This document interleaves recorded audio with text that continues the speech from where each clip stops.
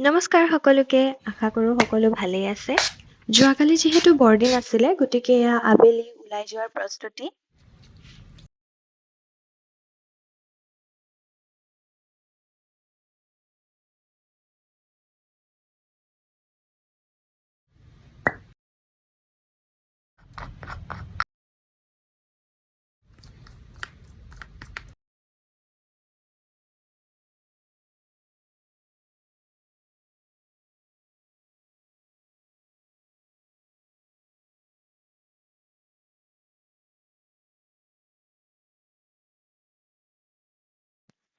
আৰু এয়া মই ৰেডি হৈ গ'লো আৰু চাৰ্চৰ ফালে ওলাই দিলোঁ।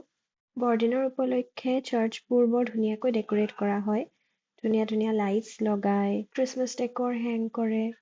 And so a star shining in